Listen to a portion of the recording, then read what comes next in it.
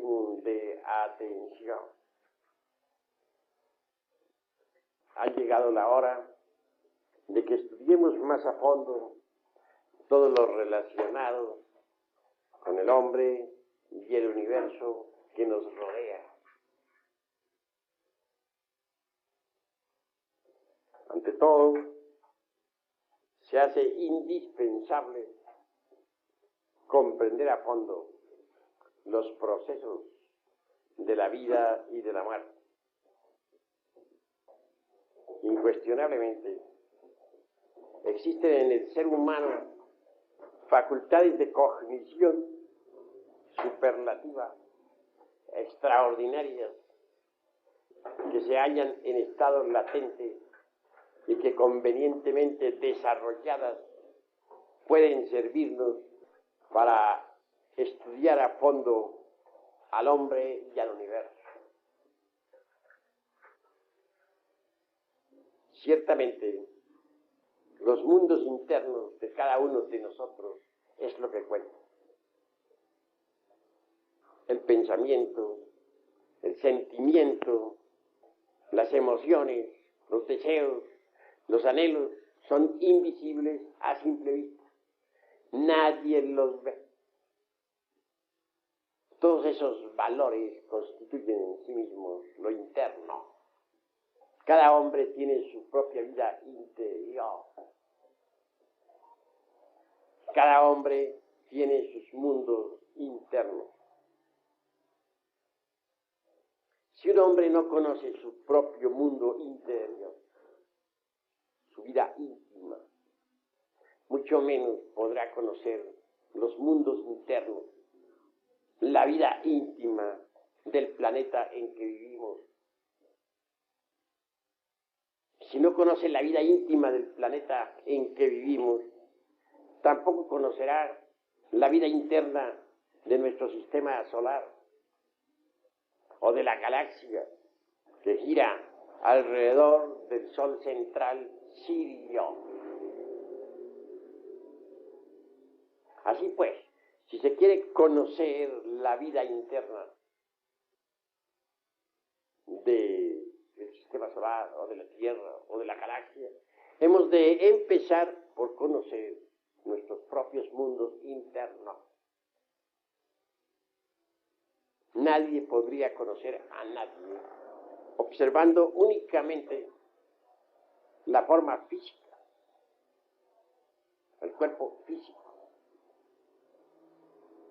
Si se nos invita a una fiesta, veremos a muchas gentes que danzan alegres, felices, pero en realidad, de verdad, solo vemos de ellas la mímica, escuchamos su voz sonora, su carcajada, o descubrimos la sonrisa sutil de Sócrates, su continente, etc.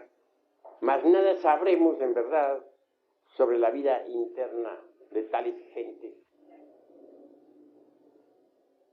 Ver personalidad física o ver personalidades físicas para hablar en forma pluralizada no es descubrir la vida interna de las gentes. Eso de que yo conozco a fulano o a fulana resulta absolutamente falso, porque nadie puede conocer a nadie si antes no se conoce a sí mismo. Decir que conocemos un amigo, que conocemos su vida íntima, que es un amigo íntimo, resulta exagerar la nota, que no podremos conocer verdad íntimamente a nadie, en tanto a sí mismos no nos hayamos conocido. Mas si uno conoce sus propios mundos internos, puede conocer también la vida interna de las personas que le rodean. Cuando uno descubre su vida interna, cuando conoce sus errores psicológicos, pues se vuelve mejor amigo, mejor hermano, mejor hijo, mejor ciudadano, porque comprende entonces mejor a los demás. Si uno viene a saber por sí mismo que tiene ira, pues comprende la ira de los demás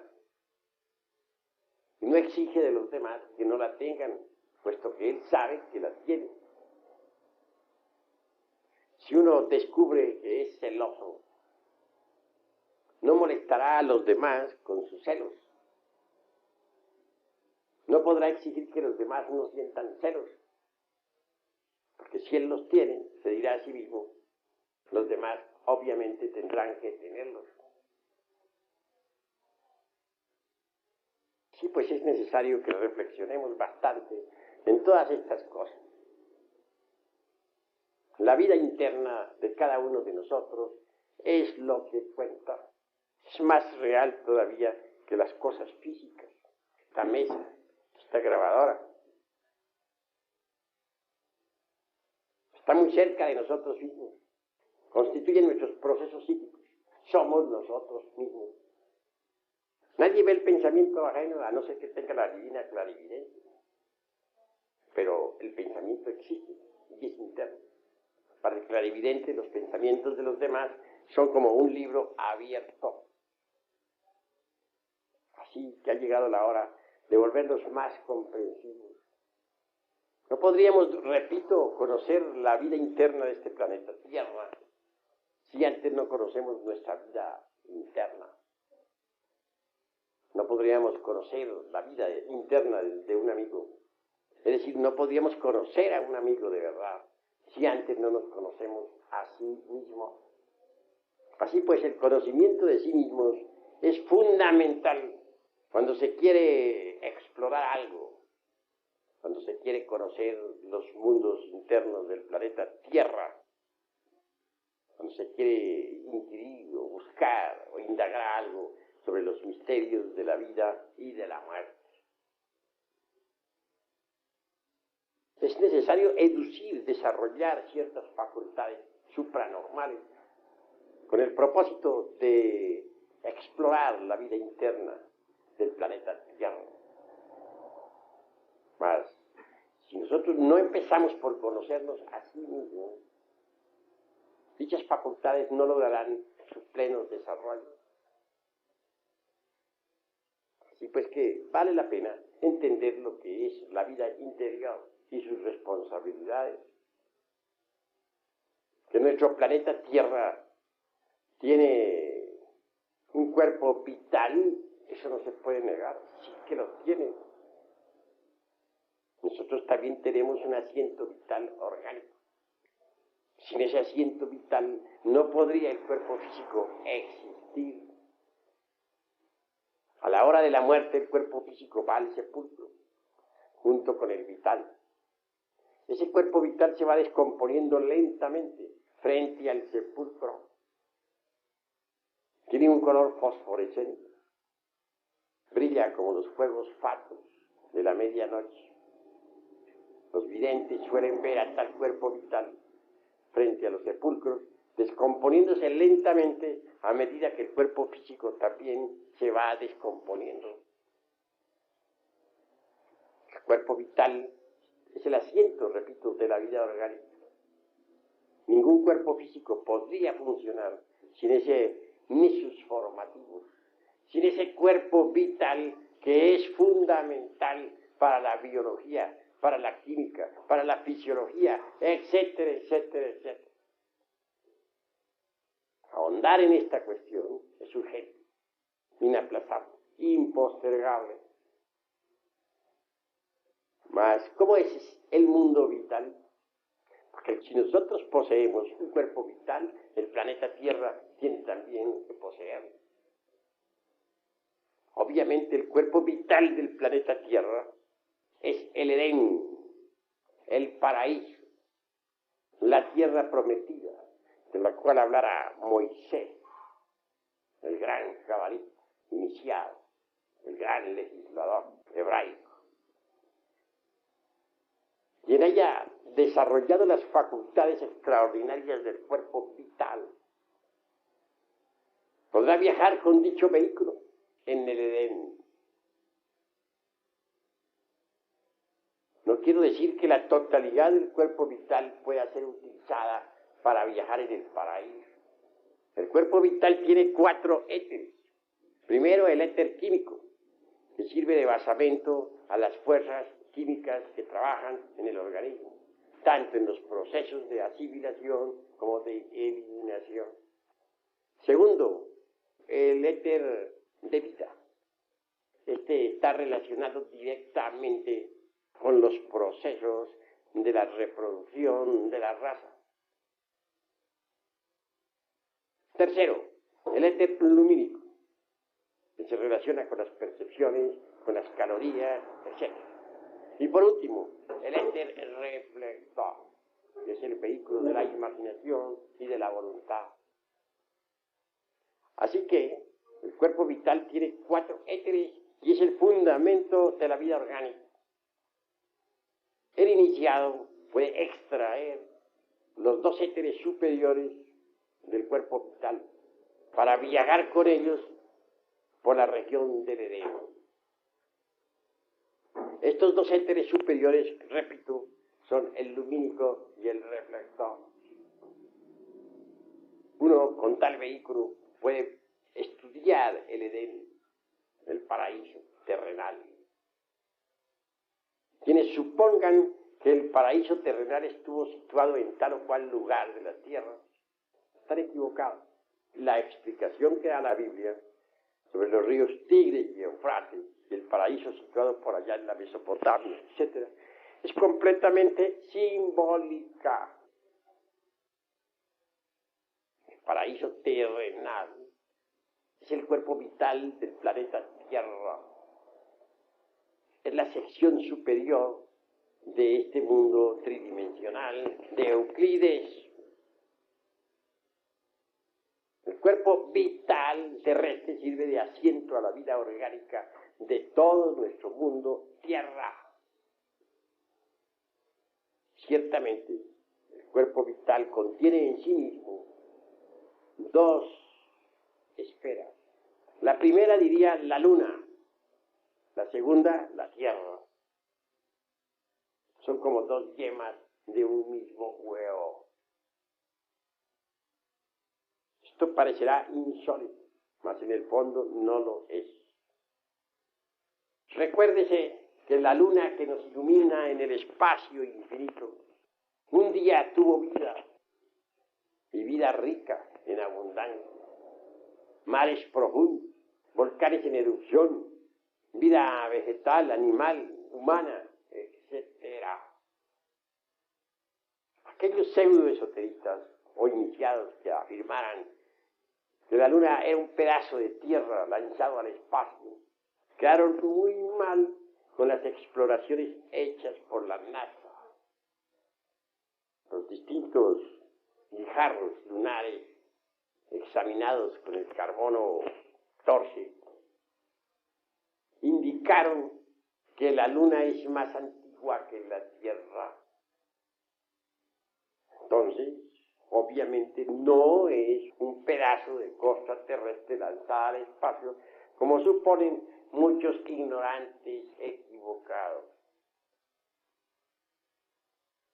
Que el alma lunar un día haya sido transferida a nuestro mundo Tierra es obvio. Después de que ese mundo luna se convirtiera en un cadáver, su alma lunar, su principio vital, fue transferido a esta región del espacio. Sirvió de nexus formativos para nuestro planeta Tierra. Por eso es que nuestros antepasados de Anáhuac llamaban a la luna nuestra abuela luna. Blavatsky dice que la luna es la madre de la Tierra. Para los iniciados de Anáhuac, la luna es la abuela. Porque la luna es la madre de la Tierra, y si la Tierra es la madre de nosotros, entonces resulta que la luna es nuestra abuela. Vean ustedes cómo ellos con gran sabiduría definen algo que los modernos intelectuales de tantas campanillas no han podido definir.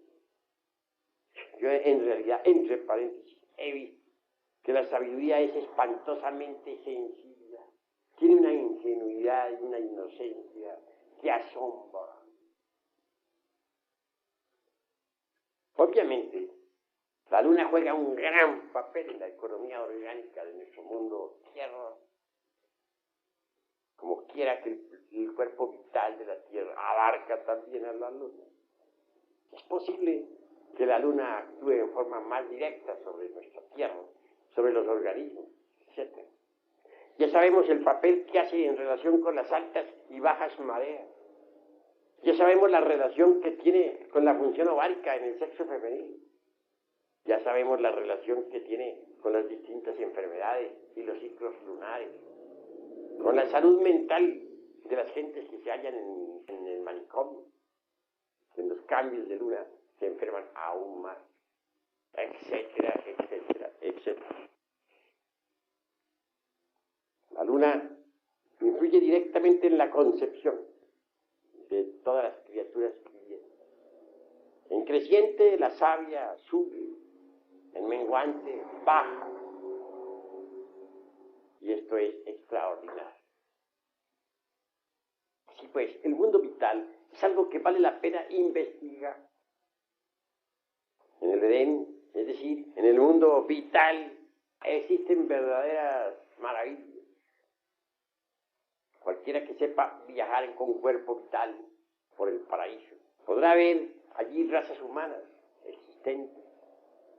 Hay razas paradisíacas que viven en la cuarta vertical, que son humanas, conviven al lado de nosotros, pero son invisibles para nosotros. Conozco una raza de esas, y tienen cuerpo físico, y se reproducen como nosotros, y conviven a nuestro alrededor, sin que las gentes las vean, debido a las distintas modificaciones de la materia.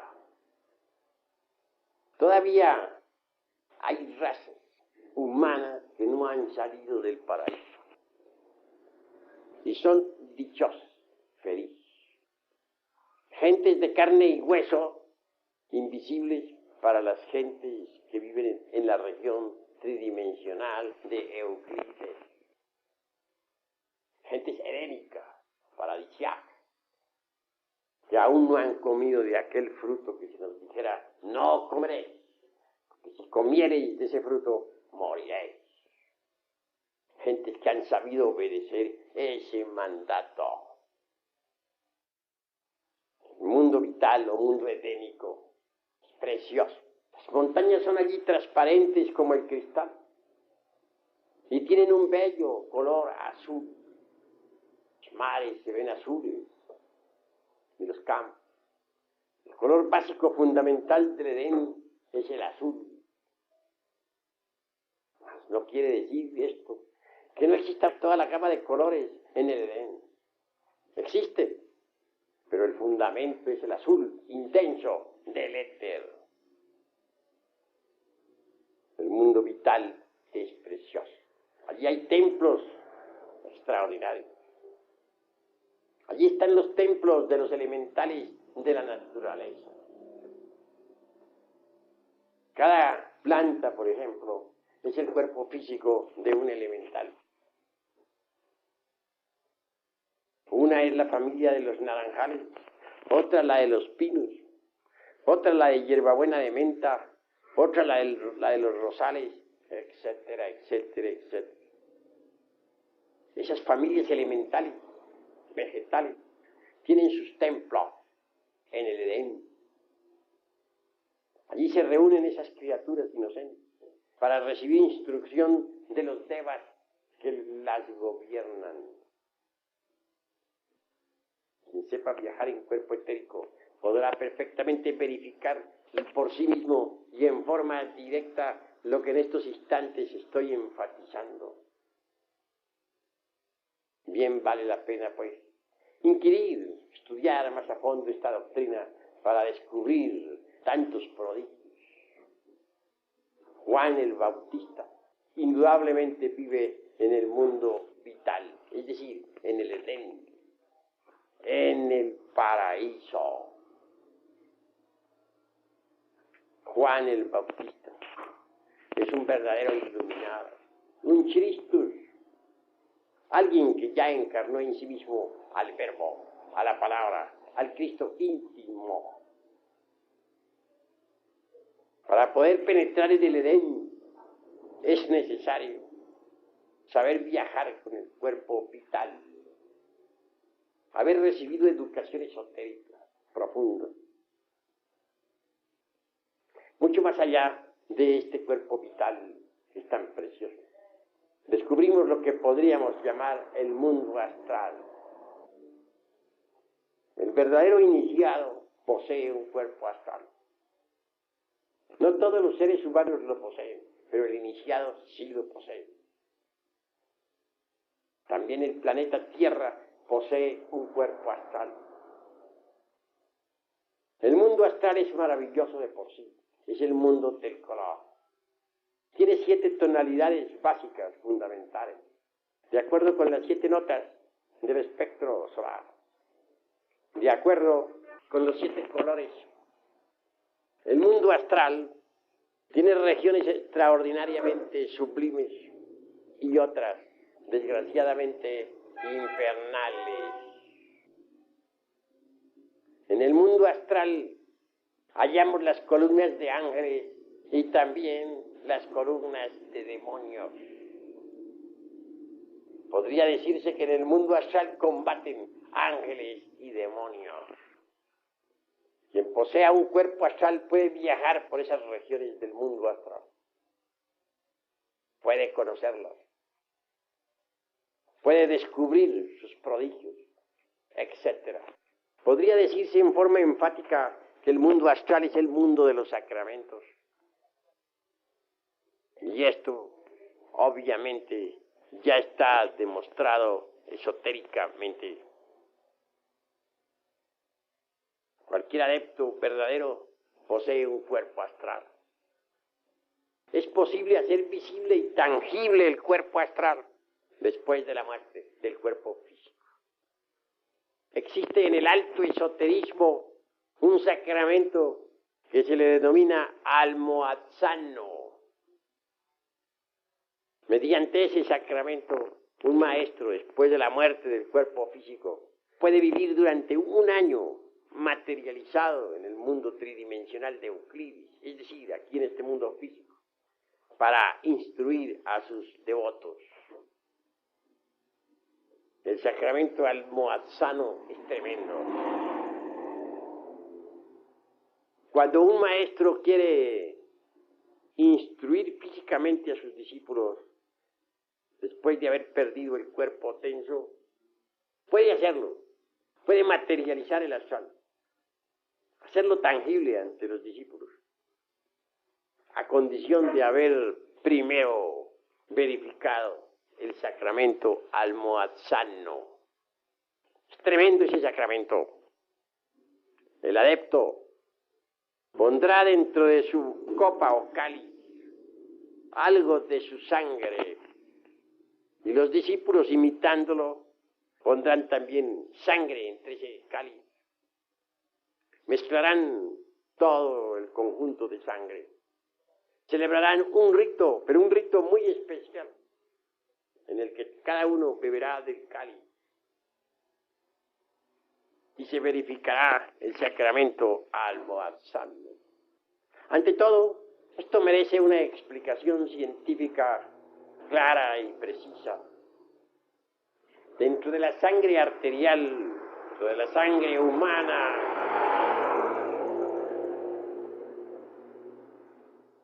existe el Hamletzoid del ser, sangre astral o corpúsculos de sangre sutil que corresponde al astral.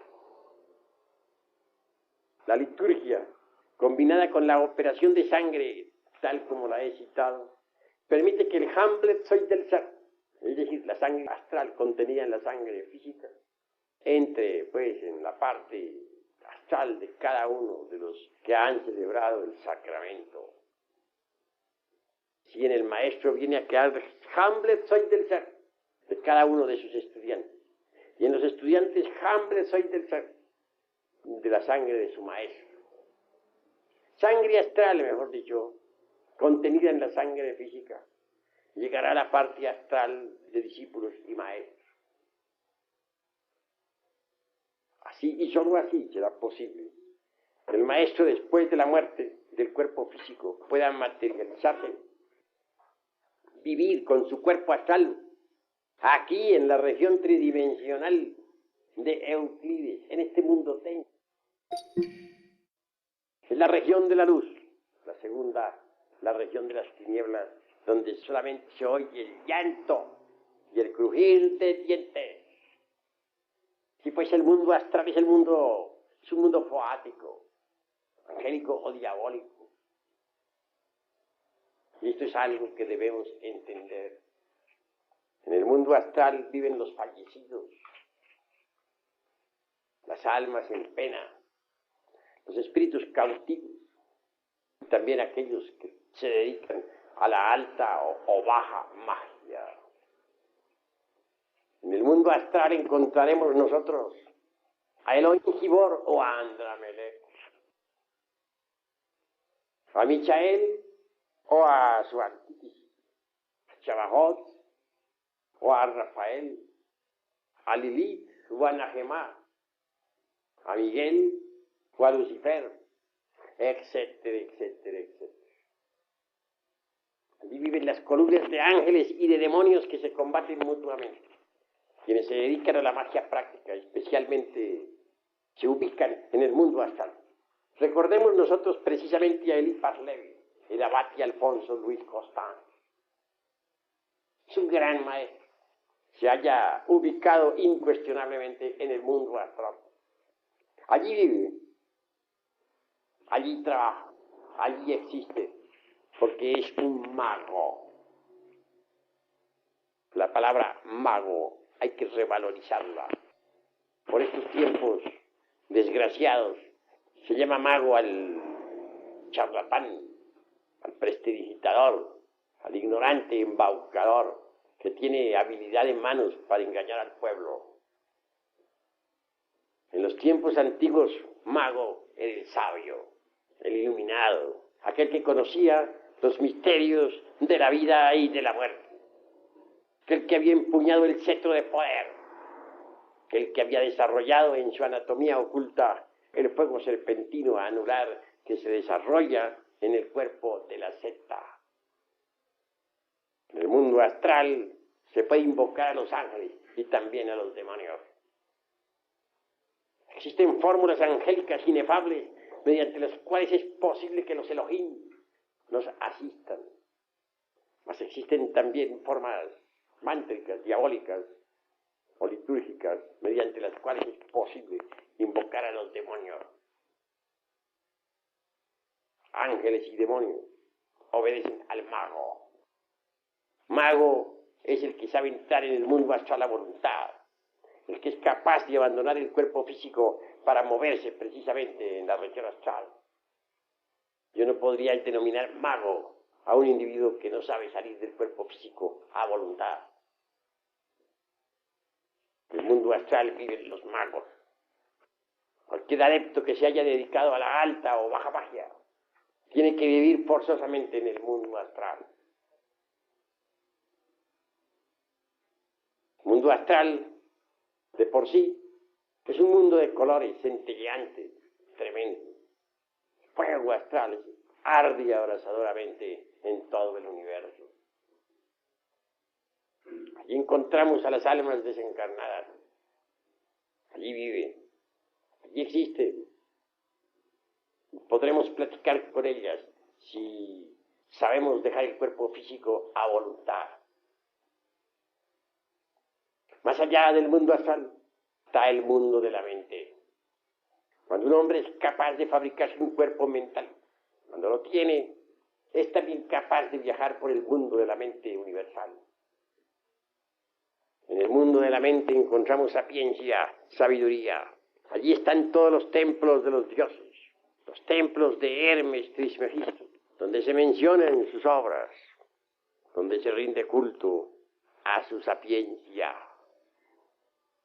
Pocos son los que saben viajar en cuerpo mental.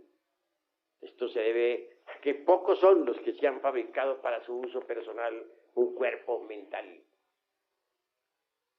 Cuando uno aprende a viajar en cuerpo mental, descubre que la mente de la Tierra es gigantesca. Dentro de la mente de nuestro planeta Tierra hallamos los suburbios, los mercados, etc. Mas también hallamos nosotros la parte subliminal del entendimiento universal. En el mundo de la mente hay de todo. Allí están los pensamientos de cada persona, las ideas de cada cual, etc. Algunas almas que en la vida tuvieron buena conducta son recompensadas. Por algún tiempo moran en el Devachan, es decir, en la región de la mente superior. Y hasta logran hacer una visita al causal. Aunque más tarde, agotada la recompensa, tengan que regresar otra vez para un nuevo cuerpo físico. En el mundo de la mente hay dolor o felicidad. Todo depende de la región donde nosotros estemos. En las regiones inferiores del mundo de la mente hay dolor. En las regiones superiores del mundo de la mente hay felicidad. En el mundo de la mente encontramos también a muchos devas que aman a la humanidad. Estos trabajan por el bien común. Estos luchan por el bien de tantos y tantos millones de personas que pueblan la faz de la tierra. Hermanos, ha llegado la hora de entender claramente que si uno no conoce su propia mente particular, si uno no conoce sus procesos mentales, que si uno no ha aprendido a subyugar su mente y a controlar los sentidos, mucho menos podrá conocer la mente cósmica, la mente universal. Recordemos que la mente que es esclava de los sentidos hace al alma tan inválida como el bote que el viento extravía sobre las aguas. ¿Cómo podríamos conocer la mente universal si no conocemos nuestra propia mente? Si no hemos estudiado los 49 niveles del entendimiento, si aún no hemos creado un verdadero cuerpo mental, si todavía no hemos desintegrado todos esos elementos indeseables que en el entendimiento cargamos. Así pues, explorar el mundo de la mente es posible cuando uno ha explorado su propia mente. Mucho más allá, pues, de esta región de la mente universal o de la mente terrestre, está el mundo de las causas naturales. Si uno no ha fabricado un cuerpo causal para su uso particular, ¿cómo podría uno explorar el mundo de la causación cósmica? ¿Cómo podría uno viajar el cuerpo causal? ¿Cómo podría uno conocer el mundo de las causas naturales? Ha de estudiar uno su propia vida causativa, haber descubierto las causas de sus errores, haberse conocido a sí mismo para poder tener derecho a convertirse en un hombre causal. Solo el hombre causal puede vivir conscientemente en el mundo causal. Solo el hombre causal puede viajar por el mundo de las causas naturales. Solo el hombre causal tiene acceso, pues, a los archivos secretos de la región causativa. En el mundo de las causas naturales predomina nuevamente el azul intenso, profundo. Los adeptos del mundo causal trabajan por la humanidad. Se les ve vestidos en forma similar aquí a la del mundo tierra. Tienen sus templos y se hallan demasiado ocupados en los trabajos que se relacionan con el bien común. En el mundo de las causas naturales encontramos la ley de la balanza. El hombre causal trabaja siempre de acuerdo con la balanza cósmica. Vive en el más perfecto equilibrio. En el mundo causal descubrimos que no hay efecto sin causa ni causa sin efecto. La causa se transforma en efecto y el efecto se convierte en una nueva causa que origina a su vez otro efecto. Las leyes de causa y efecto son reales y se conocen a fondo cuando se investigan en el mundo de las causas naturales. El hombre causal es el hombre que ha fabricado un cuerpo causal. El hombre causal es aquel que ya tiene una voluntad individual. Debemos decir en forma enfática que el animal intelectual equivocadamente llamado hombre no posee todavía una verdadera voluntad. Obviamente, el animal intelectual todavía no es un hombre en el sentido más completo de la palabra. Cuando uno se ha dado el lujo de fabricarse un cuerpo causal o un cuerpo de la voluntad consciente, sabe lo que es verdaderamente la voluntad. Si pensamos nosotros en la multiplicidad del yo psicológico, si pensamos en que cada uno de los defectos que poseemos está perfectamente representado por un agregado psíquico inhumano, venimos nosotros a descubrir con claridad meridiana que tenemos muchas voluntades. Cada agregado psíquico es como una entidad tenebrosa en nosotros, personificando algún error, y posee su propia voluntad. Así pues, los diversos agregados que en nosotros moran representan distintos impulsos volitivos. Hay pues muchas voluntades en el fondo de nuestra psiquis que chocan entre sí. El animal intelectual no posee una voluntad autóctona, independiente, íntegra, unitotal. No hay unicidad en la voluntad del animal intelectual. Pero cuando uno ha creado el cuerpo de la voluntad consciente, entonces dispone de una voluntad individual con la cual puede trabajar en el universo entero. En el mundo de las causas naturales encontramos nosotros a los hombres causales, aquellos que ya crearon el cuerpo de la voluntad consciente. ¿Cómo podríamos conocer el mundo causal si antes no hemos conocido las causas de nuestros propios errores? ¿Cómo podríamos conocer el mundo causal cuando todavía no conocemos nuestras propias causas equivocadas? En realidad, de verdad, repito, quien quiera conocer los mundos internos del planeta Tierra deberá ante todo empezar por conocer sus propios mundos interiores. Esto requiere autoexploración y trabajo consciente sobre sí mismo. Más allá del mundo de la voluntad consciente, encontramos nosotros el mundo búdico o intuicional. Obviamente, no podríamos nosotros entrar en el mundo búdico o intuicional si antes no hemos conocido nuestra propia realidad intuitiva, si antes no hemos desarrollado en nosotros la intuición. Existe una clara diferenciación entre lo que es el proceso razonativo comparativo y lo que es la intuición. La razón se apoya en el proceso de comparación. Esto es blanco porque aquello es negro o viceversa. Intuición es algo diferente. Es percepción directa de la verdad sin el proceso deprimente de la opción. En el mundo búdico o intuicional existe la intuición. Mucho más allá de la región de la intuición está la región de Atma, el inefable. Pero en la región de la intuición descubrimos la sabiduría del universo, de todo lo que es, de todo lo que ha sido, de todo lo que será. En el mundo búdico o intuicional hay sapiencia inefable, hay fraternidad, hay unicidad, unitotalidad, amor. Quienes viven en el mundo de la intuición gozan de la auténtica felicidad. Así pues que vale la pena investigar en todo esto. Mucho más allá del mundo búdico o intuicional está la región de Atma, el inefable, la región del íntimo, del ser.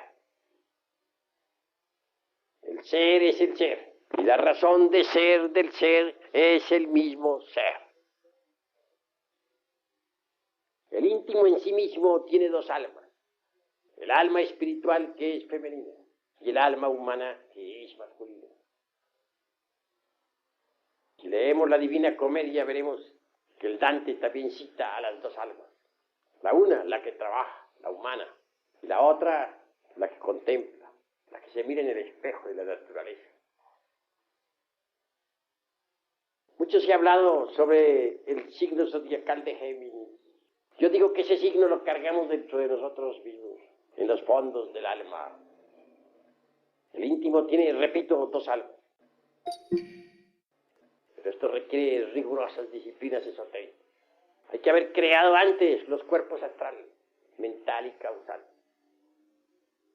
Hay que haber trabajado profundamente en sí mismo y dentro de sí mismo, aquí y ahora, sobre el iniciado digno, que ha eliminado el ego, que ha trabajado de verdad profundamente sobre sí mismo, se hace digno de encarnar en sí mismo a las dos almas. Esto significa hacer realidad en nosotros al signo zodiacal de Géminis, pues esas dos almas son gemelas. Incuestionablemente, el alma humana debe desposarse con su dama, la valquiria, la sulamita del sabio Salomón, esa que figura en el cantar de los cantares. Quien llegue a encarnar en sí mismo a ese par de almas, logrará la iluminación total, la sapiencia, la sabiduría. Primero es necesario recibir el principio anímico, humano, masculino. Segundo, debe venir el desposorio de la parte humana masculina con la parte espiritual femenina. A través del Budi, de la Valquiria, de Ginebra, de la Beatriz, del Dante Alighieri, resplandece Logos.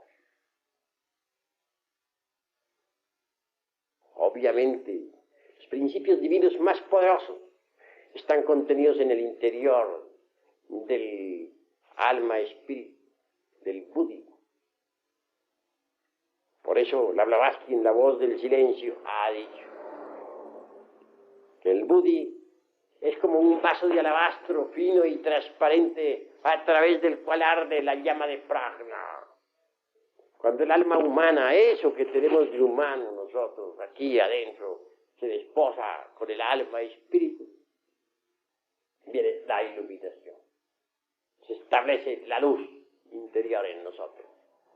Quedamos transfigurados, resplandecientes, iluminados. Pero para que ese contacto se establezca, hay que trabajar muy duro dentro de nosotros mismos, en forma intensiva, creando los cuerpos existenciales superiores del ser, eliminando el ego animal, sacrificándonos por la humanidad doliente. Sí, hermanos, lo interesante es que nos convirtamos en verdaderos adeptos de la fraternidad, de la luz interior. Si así procedemos, llegaremos a la verdadera iluminación íntima. Si así procedemos, llegaremos a la auténtica bienaventuranza. Podremos sumergirnos en la región de la felicidad legítima, etc. Hay necesidad de salir de estas regiones de tinieblas en que nos encontramos. Es urgente, en verdad, llegar al mundo de los esplendores. Hay que investigar un poco, reflexionar, repito, estudiar estas cosas. Si nosotros no analizamos, si no estudiamos estas materias de enjundioso contenido, jamás llegaremos a la liberación final. Cada uno de nosotros tiene que trabajar sobre sí mismo si algún día aspira a la auténtica iluminación. Pues para trabajar sobre sí mismo se necesita inevitablemente tener el conocimiento, las claves, las prácticas. Nosotros aquí les iremos dando a nuestros estudiantes los sistemas, los métodos para trabajar sobre sí mismos, a fin de que logren un cambio absoluto. Se necesita ante todo que haya continuidad de propósitos, porque muchos comienzan estos estudios y pocos llegan. Sucede que las gentes no tienen continuidad de propósitos. Comienzan con mucho entusiasmo y más tarde en el tiempo se apartan del cuerpo de doctrina. En el mundo hay de todo. Existen los mariposeadores, esos que andan de escuelita en escuelita y que creen saber mucho cuando en realidad de verdad nada saben. Nosotros tenemos que definirnos con entera claridad Esta institución no busca otra cosa sino la autorrealización íntima del ser humano. En modo alguno nos interesa la cuestión esa de los mariposeadores, andar de escuela en escuela para no llegar a ninguna conclusión. Nosotros lo único que nos interesa es trabajar sobre sí mismos para conseguir la transformación radical. Necesitamos hacernos adeptos de la fraternidad de la luz interior. Y esto es posible trabajando sobre sí mismos, aquí y ahora. Tiempos son llegados en que el Hijo del Hombre tenga que enseñarle a la humanidad el camino. Desgraciadamente la gente, oyendo no oye, y viendo con sus ojos no ve. Se les indica la senda y no la entienden. Y si ligeramente llegasen a entenderla, no tienen continuidad de propósitos para llegar a la meta. Bien pronto se desvían. El movimiento gnóstico es como un tren en marcha. Unos pasajeros suben en una estación y se bajan en otra. Raros son los pasajeros que llegan a la estación final. Los afiliados a nuestra institución están invitados. Pueden llegar a la meta si se lo proponen. Es lástima que las gentes tengan mente veleta, que hoy piensen una cosa y mañana otra. Si las gentes de verdad fueran serias, solo se preocuparían por trabajar intensamente dentro de sí mismos. En esta institución le enseñamos a las gentes cómo eliminar los agregados psíquicos indeseables que en nuestro interior cargamos. En esta escuela les enseñamos a los seres humanos cuál es el camino del auténtico sacrificio y cómo fabricar los cuerpos astral, mental y causal para convertirse en hombres verdaderos, en hombres legítimos, en hombres auténticos, en el sentido más completo de la palabra. Obviamente, conforme va naciendo el hombre dentro del animal intelectual, se provocan cambios extraordinarios. Despiertan ciertos poderes, ciertas facultades magníficas. El hombre íntegro, el hombre unitotal, llega hasta el punto de tener perfecto dominio sobre los tattvas. ¿Y qué son los tattvas? Vibraciones del éter universal. En los elementos de la naturaleza hay un tattva. El principio vital, etérico, del fuego es el Agni Tattva, o el Tejas, o Taijas Tattva.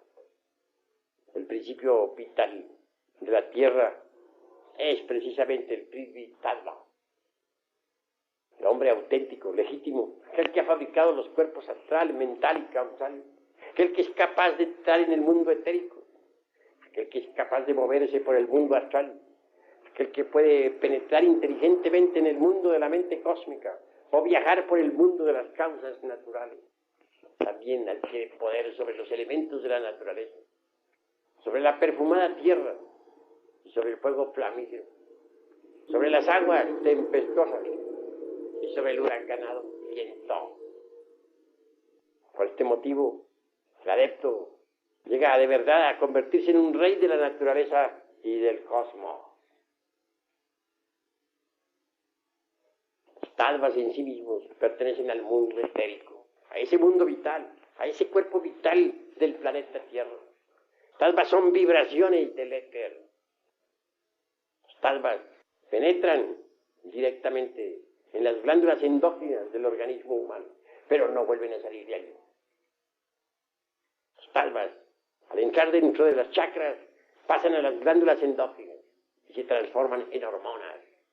Hormonas que circulan por la sangre. Y eso es todo. De allí no vuelven a salir. Despertar los poderes tálmicos es asombroso. Mas esto solamente es posible para el hombre auténtico, para aquel que es capaz de vivir en el mundo astral conscientemente, o para aquel que sabe viajar por el mundo de la mente, o para aquel hombre causal que ha establecido su centro de gravedad precisamente en el mundo de las causas naturales. Autorrealizado es un hombre en el sentido más completo. Es rey de la creación. porque maneja los talvas, porque puede manipularlos a voluntad. Un hombre que maneje el fuego, el aire, las aguas, la tierra, que sea capaz de desatar las tempestades, etc. Es idóneo en el uso de los talvas. Es un hombre de verdad, es un maestro autorrealizado, alguien que conoce los mundos superiores. Llegado es el momento en que cada uno de ustedes luche por la autorrealización. El momento ha llegado en que cada uno de ustedes conozca sus propios mundos internos, para que conozca los mundos internos de sus amigos y para que conozca los mundos internos del planeta Tierra y del sistema solar y de la galaxia en la que vivimos. Ser hombre, en el sentido más completo de la palabra, es algo muy grande. Pero hombre verdadero es únicamente el que ha fabricado los cuerpos existenciales superiores del ser, el que se ha establecido como ciudadano de los mundos superiores. Hombre verdadero es el que ha logrado, pues, el dominio de los elementos de la naturaleza. No solamente en el cosmos, sino dentro de sí mismo. Aquí y ahora. Si un hombre verdadero no aprendiera a dominar los principios inteligentes de su propio cuerpo físico, representados por esos gnomos atómicos o elementales del sistema óseo, tampoco podría dominar a los gnomos del planeta en que vivimos, a los gnomos que viven entre las rocas de la Tierra. Si un hombre auténtico no pudiera dominar a las inquietas ondinas atómicas que viven entre sus aguas seminales y en la linfa, tampoco podría dominar a las ondinas y elementales acuáticos de los ríos y de los mares. Si un hombre verdadero no pudiera dominar el aire de sus pulmones, si no tuviera capacidad para controlar, en verdad, a los elementales de su propia mente, a esos que juegan con la sustancia de su entendimiento, a esos que bullen y palpitan entre sus inquietudes inteligentes, tampoco tendría poder para dominar a los hijos de la naturaleza, a esos que gobiernan las nubes, a esos que mueven el huracán y la tormenta. Si un hombre real, auténtico, no tuviera perfecto dominio sobre sus principios ígneos, si no pudiera dominar sus ardientes impulsos sexuales, si fuera víctima de sus propias salamandras atómicas, tampoco podría dominar a los elementales ígneos de los volcanes en erupción o del fuego del interior del planeta en que existimos. Así que, para poder manejar los talvas, tenemos que empezar a manejar nuestros propios impulsos dentro de sí mismos, los elementos naturales que nosotros tenemos. Si un hombre no aprende a dominar su cuerpo, mucho menos podrá dominar al gran cuerpo llamado Tierra. Si un hombre no aprende a dominar su propio cuerpo vital, tampoco podría manipular los talvas. Si un hombre no aprende a dominar sus propias emociones y deseos personales, tampoco puede manejar la corriente astral del planeta Tierra. Si un hombre no es dueño de su mente, tampoco podrá ser dueño de la mente universal. Si un hombre no es dueño de su voluntad personal, tampoco podrá ser dueño de la voluntad cósmica. Quien quiera sentarse en el trono de mando de la naturaleza, deberá antes que todo tomar posesión de sí mismo, convertirse en amo de sí mismo, en señor de sí mismo. Ser rey de la naturaleza es algo grandioso. No es posible ser rey de la creación si uno no se ha hecho antes rey de sí mismo. Para llegar a ser rey de sí mismo es indispensable aprender a negarse a sí mismo. Raros son los que se saben negar a sí mismo. Solo aquel que aprende a negarse a sí mismo puede sentarse en el trono de mando para gobernar a la naturaleza entera. Solo el hombre que aprende a negarse a sí mismo adquiere poder sobre el fuego de los volcanes en erupción y puede hacer temblar la tierra. Solo el hombre que aprende a negarse a sí mismo puede apaciguar las tempestades. Solo el hombre que aprende a negarse a sí mismo puede desatar los huracanes.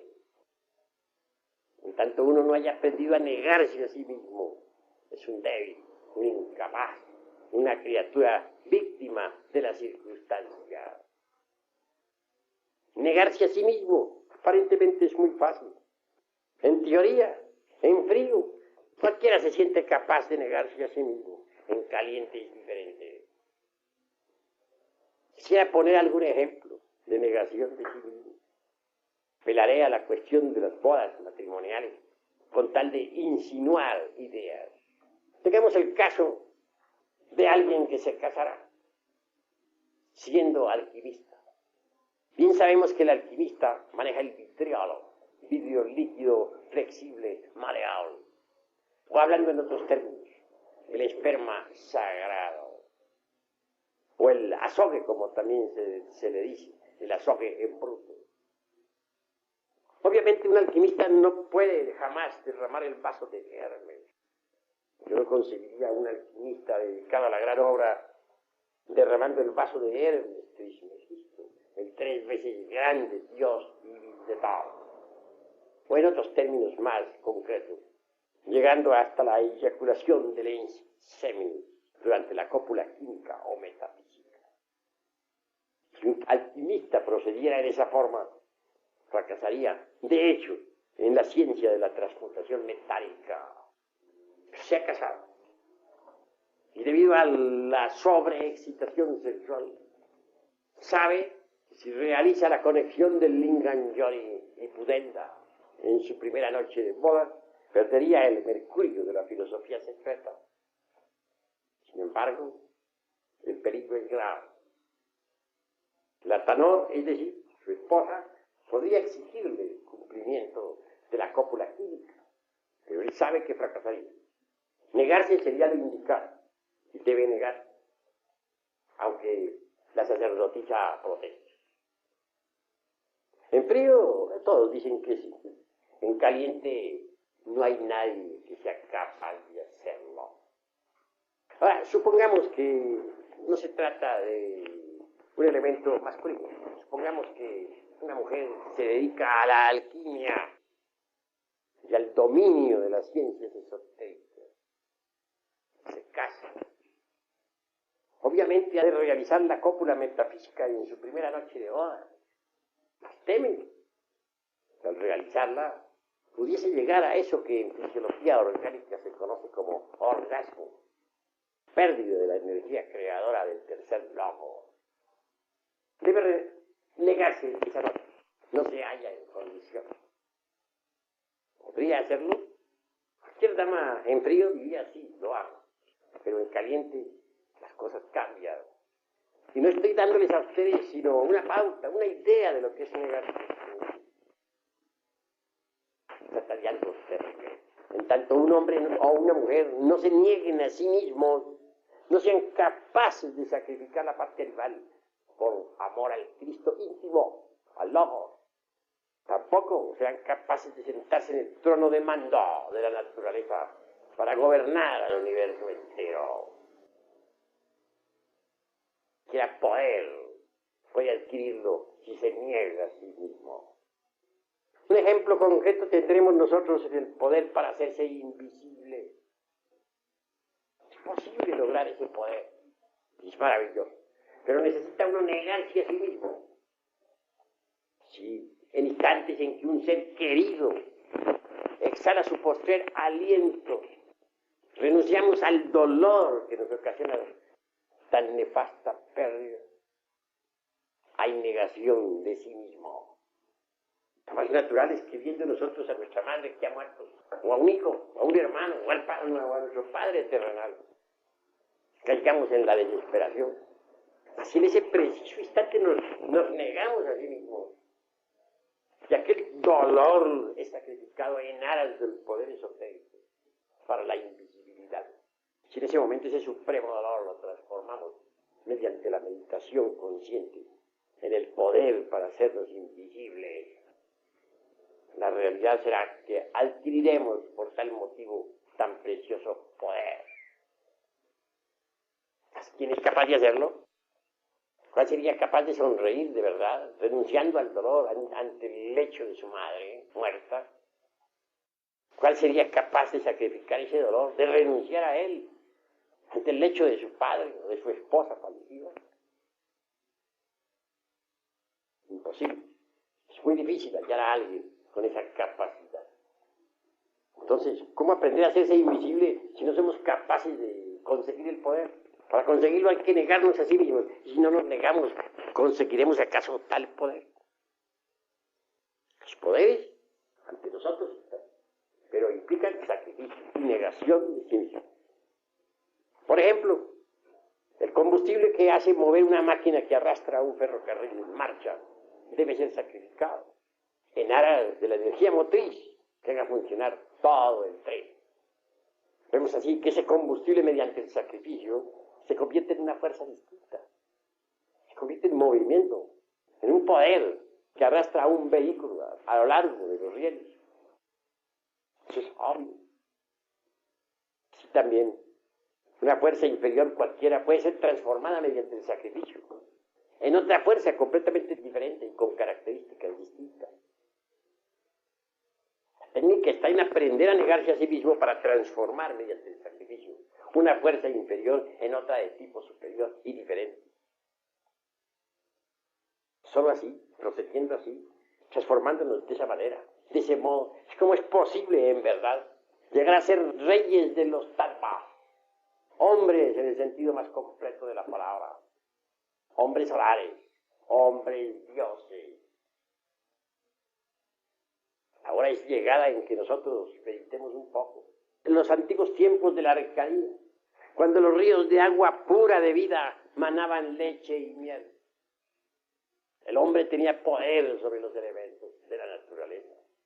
Entonces parlaba en el orto purísimo de la divina lengua, que como un río de oro corre bajo la selva espesa del sol. Esa era la edad de los titanes, la edad en que los ríos de agua pura de vida manaban leche y miel. Entonces no existía ni lo mío, ni lo tuyo, y todo era de todos, y cada cual podía coger del árbol del vecino sin temor alguno. La humanidad no se había degenerado, poseía el poder sobre los tattvas. Ahora necesitamos la reconquista de ese poder, pero para conseguir tales facultades se hace necesario el sacrificio, la renuncia de sí mismo, la transformación radical. En esta institución vamos a enseñarles a ustedes el camino que los conducirá al superhombre. Ha llegado la hora del superhombre. Ha llegado la hora en que nosotros debamos empezar por crear al hombre. Incuestionablemente lo primero será la creación del hombre. Y luego entraremos en el reino del superhombre. El hombre en sí mismo es grandioso. Es el rey de la naturaleza y del cosmos. El superhombre está más allá todavía. El superhombre es el hombre que ha logrado integrarse con la divinidad. En la doctrina secreta de Anáhuac se dice que los dioses crearon a los hombres de madera y que después de haberlos creado, los fusionaron con la divinidad. Luego añade, no todos los hombres logran fusionarse con la divinidad. Crear el hombre es lo primero, fusionarlo con la divinidad es lo segundo. Cuando el hombre se fusiona con la divinidad, se convierte en el superhombre de Nietzsche. El superhombre es una terrible realidad. Necesitamos salir de este estado lamentable en que nos encontramos. Hasta ahora somos vísceras filtradas en el lodo del mundo. Necesitamos regenerarnos y luego integrarnos con lo divinal. Vivir así por vivir. Vivir para comer y existir como parásitos agarrados a la epidermis de ese animal grandote que se llama tierra, es un absurdo en un 100%. Ha llegado la hora de entender que debemos cambiar íntimamente. Así pues, hermanos, debemos estudiar cada vez más a fondo todo este cuerpo de doctrina. Desintegrar el ego, crear los cuerpos existenciales superiores del ser, sacrificarnos por la humanidad. Ese es el camino obvio a seguir. Ahora daré alguna oportunidad aquí a ustedes para que pregunten lo que tengan que preguntar en relación al tema expuesto esta noche. A ver, el que quiera preguntar algo puede hacerlo con la más entera libertad. Sí, hermano. Por principio de cuentas, es necesario ser honrado consigo mismo. Claro está que sí. Si uno no es honrado consigo mismo, se engaña a sí mismo. Y si a sí mismo se engaña, se perjudica es uno mismo. ¿Existe la moral? Sí, cada pueblo tiene su moral. La moral es esclava de las costumbres, de los tiempos y de los lugares. Lo que en un tiempo fue moral, hoy es inmoral, o viceversa. Lo que en un país es moral, en otro es inmoral. La moral también es hija de los prejuicios. Nosotros necesitamos pasar más allá de todo código de moral. Necesitamos entrar en el reino de la comprensión creadora, en el reino del superhombre. ¿Alguna otra pregunta? Indubitablemente, todos los códigos de ética que se han escrito en el mundo, todos los códigos de moral, resultan francamente reaccionarios, conservadores, regresivos y retardatarios. Uno lo que tiene que hacer es un balance de sí mismo. Uno tiene necesidad de hacer un inventario de sus propios valores para saber qué le sobra y qué le falta. Y entonces, caminar por donde debe caminar, de acuerdo con sus necesidades psicológicas. Así se detiene uno en los postulados rancios y torpes de todos los códigos morales escritos por distintos autores. Fracasará en este inventario y no logrará en modo alguno la autorrealización íntima del ser. Es necesario descubrir que tenemos dentro de sí mismos elementos indeseados. ¿Es acaso hermosa la ira, la codicia, la lujuria, la envidia, el orgullo, la pereza, la gula? Tenemos defectos espantosos. Hay que desintegrarlos. Hay que reducirlos a polvareda cosa. Solo así es posible que la conciencia despierte. Una conciencia iluminada, una conciencia despierta, puede ver el camino y hollarlo firmemente.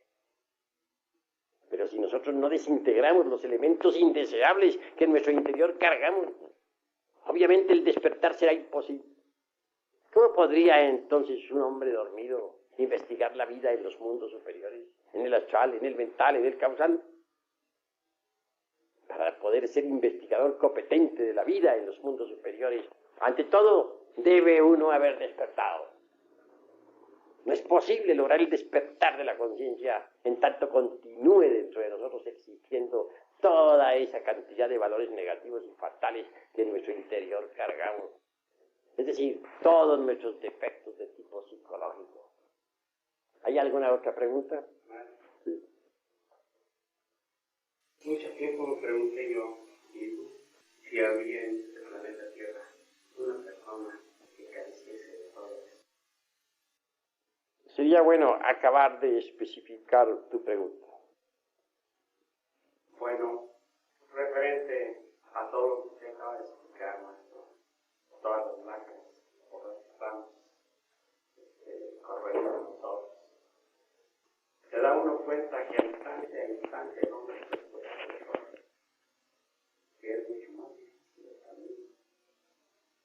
Que si encuentra uno a ese hombre, no puedo pensar, maestro, si usted es uno de ellos, más si puedo decir, desde lo más profundo de mi ser, un rayo de luz.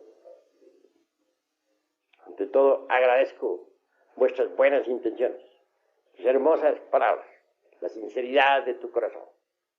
Obviamente que en tanto nosotros no hayamos eliminado de sí mismos todos los elementos indeseables que cargamos, tal rayo de luz sería imposible. Así nosotros morimos en sí mismos, conseguimos disolver el ego animal, ese rayo no solamente brillará en nosotros, sino que se proyectará también sobre las multitudes.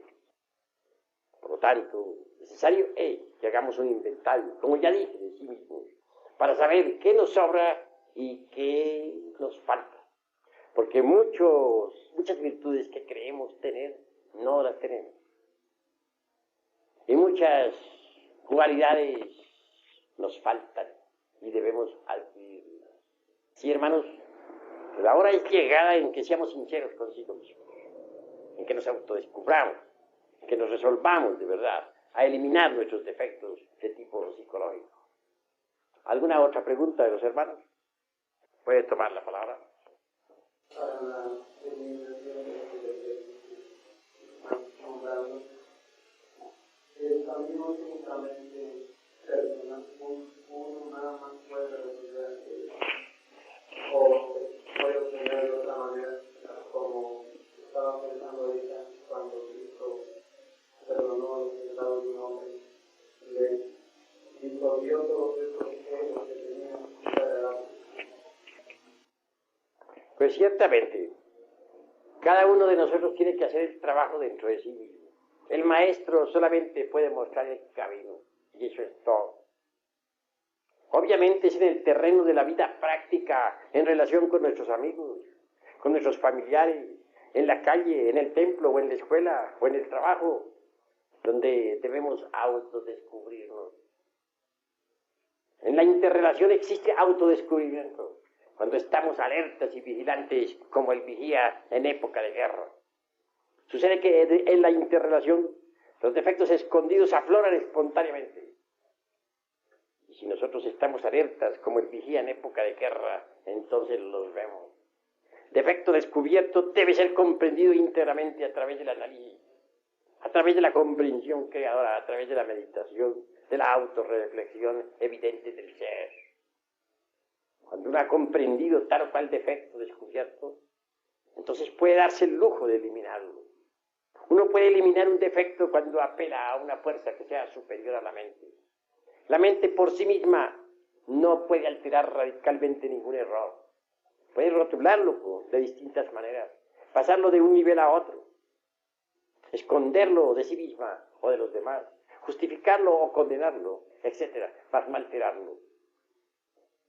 Necesitamos de un poder que sea superior a la mente, de un poder que sea capaz de desintegrar cualquier defecto psicológico.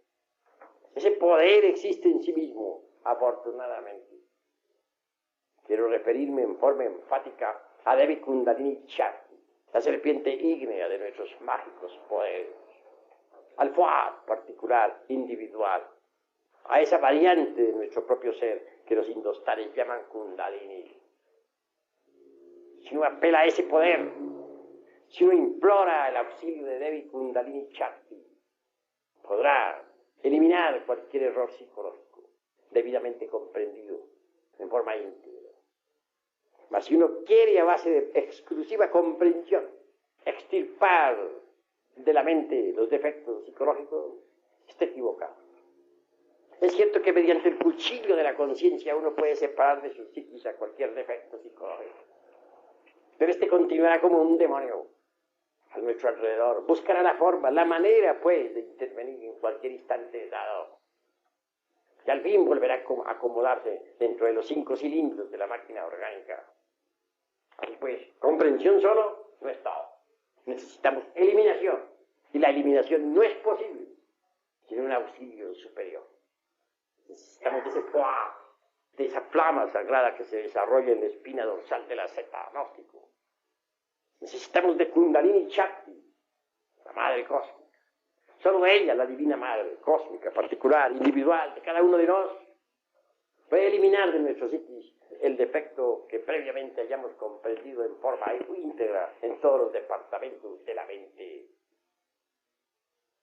Y ahí pues el camino obvio a seguir. Primero hay que descubrir un defecto, después hay que comprenderlo y por último eliminarlo. A los espías en la guerra primero se les observa, segundo se les sienta en el banquillo de los acusados y tercero se les lleva al paredón de fusilamiento. Así también debemos hacer nosotros con nuestros defectos psicológicos, con los yoes defectos, con los yoes que en nuestro interior cargamos. ¿Hay alguna otra pregunta? Cuando se refiere a la madre cósmica, es lo mismo que hizo referencia anteriormente a las 2 almas que tenemos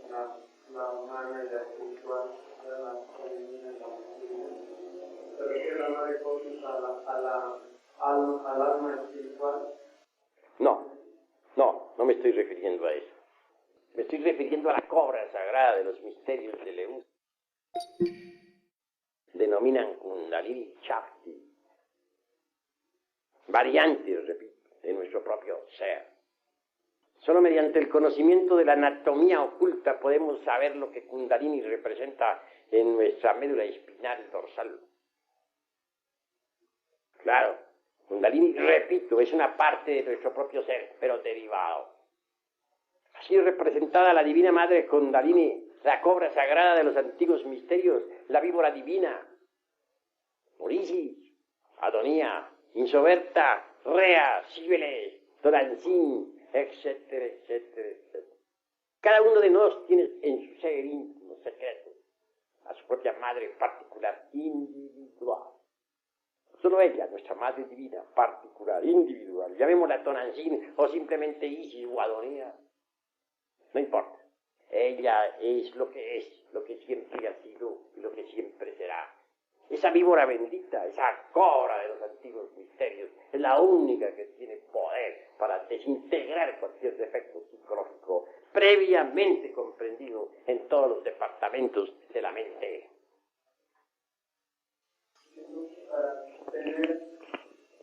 Para poder eliminar los egos, se necesita tener ese conocimiento oculto que dice de la anatomía. Para poder eliminar los yoes diferentes que personifican a nuestros errores, lo único que se necesita es saber amar. Si un hombre no ama a su propia madre divina, no podrá desintegrar los yoes. El hijo ingrato no progresa en estos estudios. Si uno verdaderamente ama a su madre íntima particular, representada por María, Maya, Isis, Adonía, Rea, Cibeles, etcétera, etcétera, etcétera, podrá entonces desintegrar sus defectos. Será asistido. Como llamarla, necesita el conocimiento, no es nada más esto abstracto, sino tener una experiencia para poder comunicarse con aquello y llamarlo. Todos los sabios de la antigüedad nos hablaron de Dios Madre. No estoy citando nada nuevo. El mismo cristianismo simboliza a Dios Madre como María, Maya. Entre los egipcios está simbolizado ese Dios femenino o madre como Isis. Entre los hebreos está representado por Adonía. También está representado por Cibeles en la Creta antigua. O por la casta diana entre los griegos. Por Tonantzin, aquí en nuestra patria mexicana. No estoy diciendo nada nuevo. Estoy diciendo que debemos amar a Dios Madre. Este Dios Madre está dentro de nosotros mismos, no fuera de sí mismo. Es, repito, una variante de nuestro propio ser, aclaro, pero derivado. Indico, si uno sabe amar a Dios Madre, puede conseguir la eliminación de sus defectos psicológicos. Para eso no veo necesidad de teorizar. Amar es todo. Uno de niño se dirige a su madre sin necesidad de tantas teorías ni de tantos análisis. También puede uno dirigirse a su madre divina, inefable. No importa el nombre que se le dé, María o Isis, o como se quiera, pero puede dirigirse a ella con verdadero amor, suplicándole desintegre el defecto comprendido en todos los niveles de la mente. Esto es cuestión del corazón. Esto es cuestión de saber amar. ¿Alguna otra pregunta, hermano?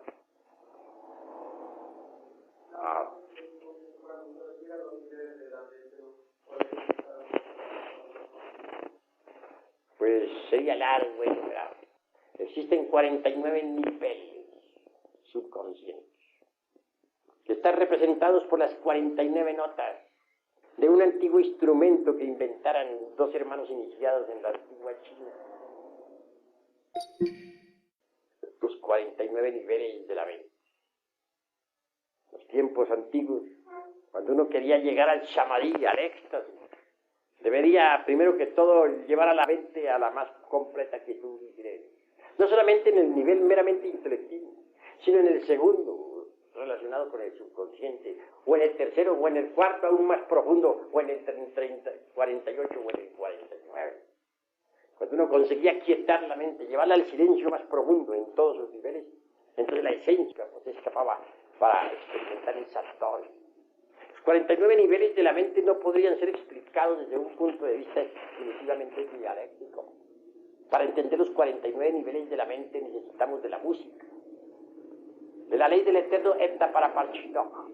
Necesitaríamos también del Ay Atapan, aquel instrumento que dos hermanos gemelos iniciados en la antigua China inventaron y que daba exactamente las 49 notas correspondientes a los 49 niveles del entendimiento. Pero esto se complicaría demasiado para el estudiante. En el avance sobre sí mismo va uno descubriendo nivel por nivel, sin que nadie se lo indique, por sí mismo lo irá descubriendo a medida que vaya ahondando más y más y más en su interior. Que al fin un día descubrirá sus 49 niveles, no porque alguien se lo dijera, sino en sí mismo y en forma directa. Eso es todo. ¿Hay alguna otra pregunta? A ver, ¿quién quiere preguntar? Que ninguno quede con dudas. Es necesario que este tema sea debidamente comprendido.